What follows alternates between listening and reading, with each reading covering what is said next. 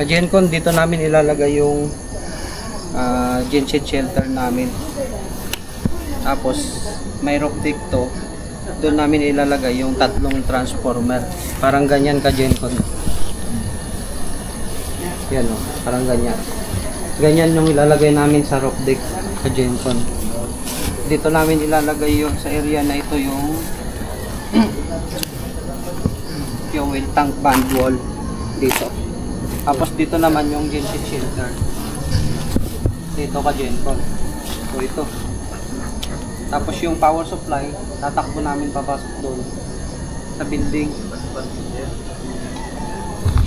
Doon sa transmitter room. Ayun, dito Kagencon yung sukat namin, no. Mula dito hanggang dito. Nasa 4 meters to. Tapos pag ganun naman, yung genset shelter namin, ito ay 4 meters. Tapos mayroon kaming allowance dito na 50 cm.